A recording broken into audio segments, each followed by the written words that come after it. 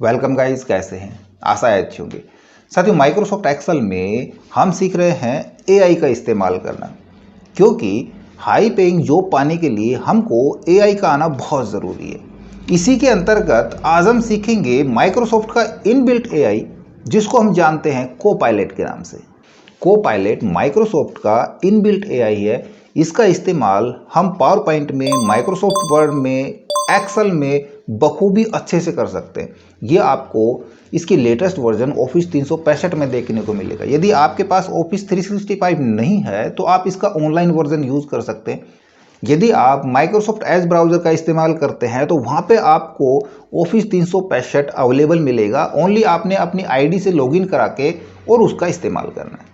Microsoft word में हमने कोई लेटर टाइप कराना है, पावर पॉइंट में हमने अच्छी प्रेजेंटेशन तैयार करनी है, या हमने आउटलुक के अंदर ड्राफ्टिंग करनी है, और माइक्रोसॉफ्ट एक्सेल में हमने एलटेक्स करानी है, या फिर हमको कोई फंक्शन नहीं आता है, कोई फंक्शन जानना है, इन सभी में कोपायलट बहुत अच्छी मदद करता है। और हाल ही में कोपायलट की बहुत सी अपडेट्स भी आई है जिनका हम जिक्र करेंगे इस वीडियो में।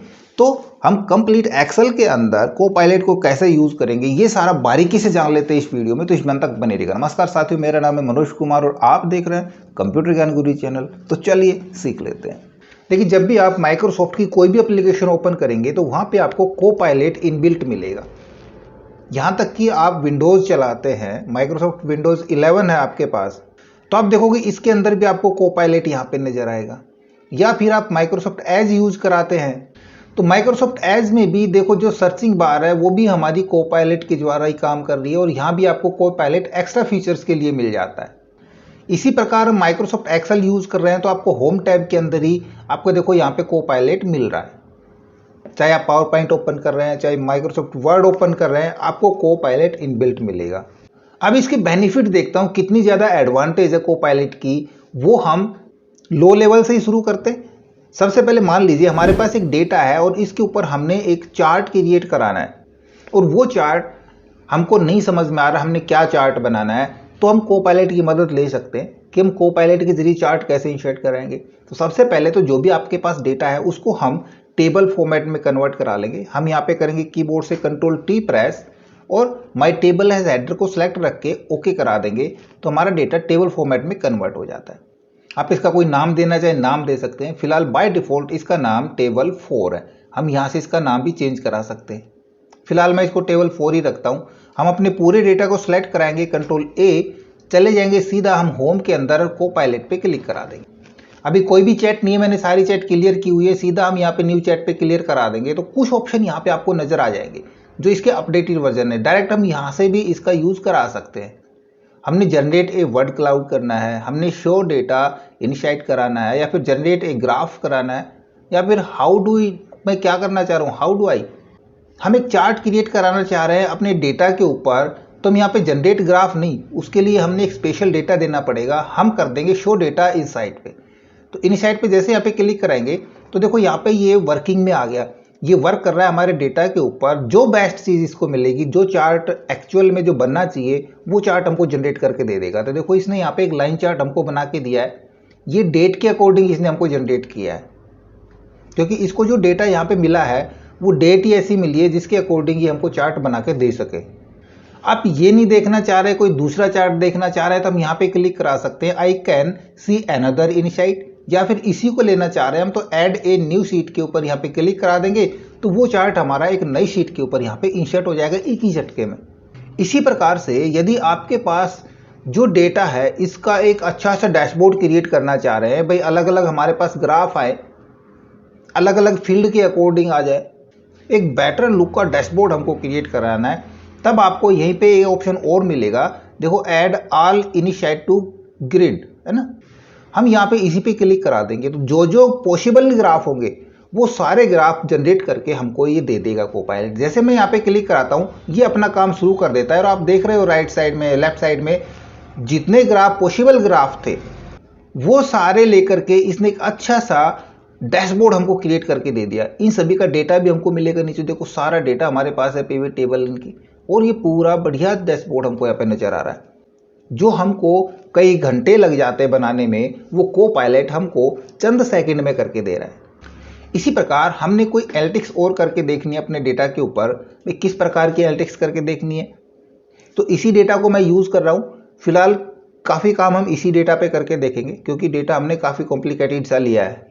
तो हम एनालिटिक्स करना चाह रहे हैं विद कोपायलट के जरिए। हमको अपनी तरफ से कुछ नहीं करना है, हमने सिर्फ और सिर्फ कोपायलट का यूज़ करना है। अपना दिमाग हमने लगाना ही नहीं है, अपनी कोई क्रिएटिविटी यहाँ पे नहीं देनी है। तो भाई मैंने यहाँ पे एनालिटिक्स करानी है। मैं यहाँ पे छोटा सा क्वेश्चन इसके पास रखता हूँ कि what are my 3 best product by sales amount. छोटा सा मेरे पास क्वेश्चन है, यहाँ पे स्पेस नहीं लगा है, कोई बात नहीं। मैंने देखना है what are my 3 best product by sales amount. Sales amount के अकॉर्डिंग मेरे बेस्ट 3 प्रोडक्ट कौन कौन से हैं, ठीक है, वो हमने एनालिसिस करना है यहाँ पे। देन सर्च करा देंगे तो ये किस प्रकार से करके देगा हमको पता नहीं भाई पीवी टेबल की जरूरत पड़े, हमको कोई फंक्शन की जरूरत पड़े, तो कुछ भी हमने नहीं करना है। हमने अपना दिमाग तो लगाना ही नहीं है ना। और यहाँ पे ये अपना काम यहाँ पे कर लेगा। देखो इसने अपना काम बखूबी यहाँ पे निभा दिया है।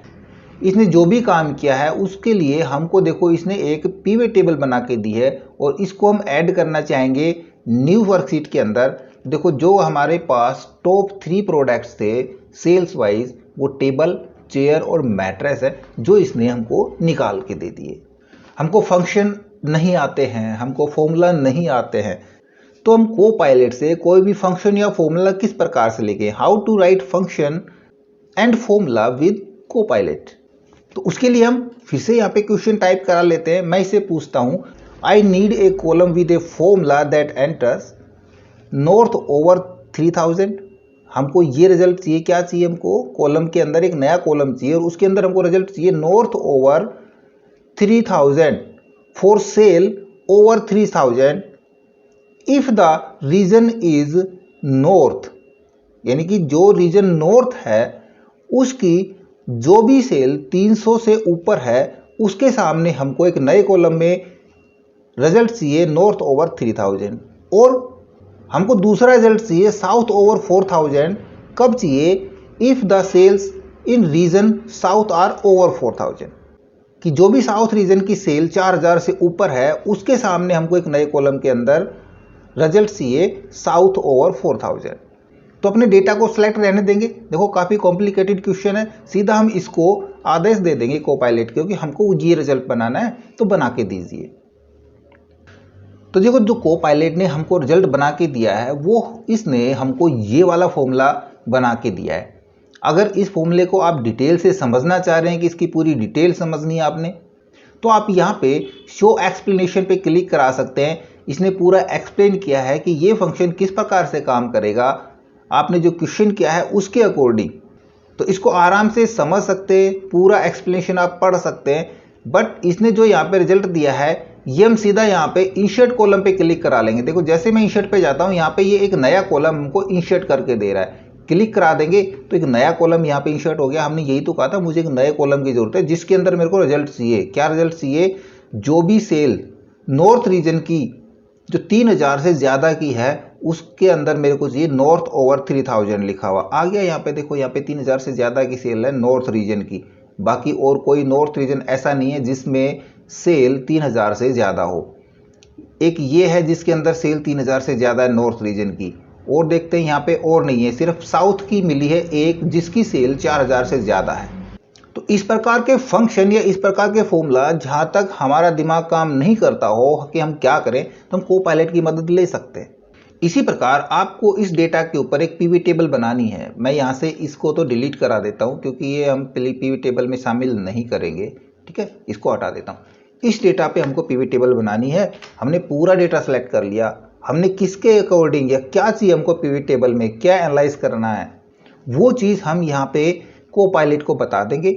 मैं यहाँ पे बता देता हूँ, please provide a PV table that shows sales by day, यानी कि सेल है वो हमको डे वाइज शो करके दे। जो भी यहाँ पे डे दिखे ना, डे वाइज हमको सेल शो करा दे उस वीक की।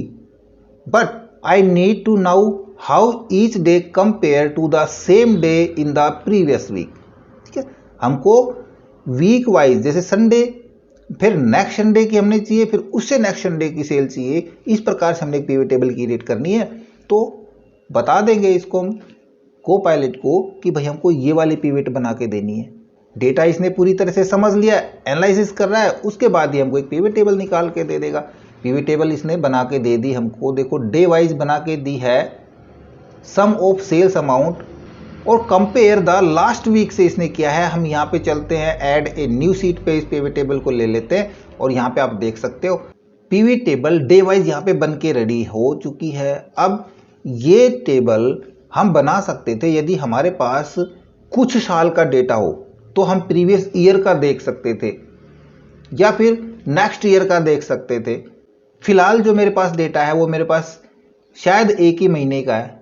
यहाँ पे देखते हैं हमारे पास ये data only for January months का है, एक ही महीने का है, तो इतना ही बनेगा। वरना ज़्यादा बड़ा डेटा होता तो हमको पिवट टेबल बनाने में उतनी ही आसानी होती। यदि आप लिख नहीं सकते हैं, कोई भी क्वेश्चन हम कोपायलट को नहीं देना चाह रहे लिख करके, तो हम यहाँ पे माइक का यूज़ कर सकते हैं। हम माइक के अंदर बोलना चाहें तो मैं यहाँ पे क्लिक कराता हूँ, क्वेश्चन बोलता हूँ, मुझे साउथ रीजन की टोटल सेल देखनी है। तो जो ये क्वेश्चन आपका यहाँ पे आएगा उसको हम यहाँ पे सर्च करा लेंगे। देखो मैंने यहाँ पे हिंदी में बोला है और इसने यहाँ पे इंग्लिश में टाइप कर लिया। अब हमको रिजल्ट कैसा देता है ये हम देखते हैं। यहाँ पे देखो इसने हमको जो रिजल्ट दिया है उसके लिए इसने सम इफ्स का फंक्शन हमको यूज करा के दिया है। अब हमको जो टोटल रो देखनी है उसके लिए हम इंसर्ट रो कराएं। ये इसने डेट वाइज टोटल सेल हमको निकाल के दे दी साउथ रीजन की, जो कि है 24,124 रुपये। एक्सप्लेनेशन के अंदर देखते हैं हमने इसने क्या एक्सप्लेन किया है। यहाँ पे इसने टोटल सेल हमको दी है निकाल करके, रीजन का column must be equal of south. यहाँ पे हम इसको इंसर्ट रो करा सकते हैं या कराना चाहें तो नहीं कराना चाहें तो छोड़ सकते हैं। यहाँ पे देखो नीचे हम टोटल दिखा रहा है, यहाँ पे इंसर्ट रो के अंदर डेटा के अंदर नीचे जाते हैं या क्लिक करा देंगे तो यहाँ पे हमारे पास टोटल आ जाएगा किस चीज़ का, जो साउथ रीजन की जो टोटल सेल होगी वो यहाँ पे आएगी। ठीक है, बट अभी हमको ये नहीं चाहिए, मैं वापस से अंडू करा देता हूँ इसको। नेक्स्ट क्वेश्चन पे चलते हैं। इधर देखिए मेरे पास एक टेबल है, इसको मैंने पहले ही टेबल फॉर्मेट में कन्वर्ट कर लिया है और इस टेबल का नाम है टेबल 3, जिसके अंदर क्लाइंट आईडी दी गई है, क्लाइंट नेम दिए गए हैं और फ़ोन नंबर दिए गए हैं उनके। और एक सीट और बनाइए, इस टेबल का नाम है टेबल 2, जिसके अंदर उनकी ज्वाइनिंग डेट है, क्लाइंट आईडी है, सैलरी है।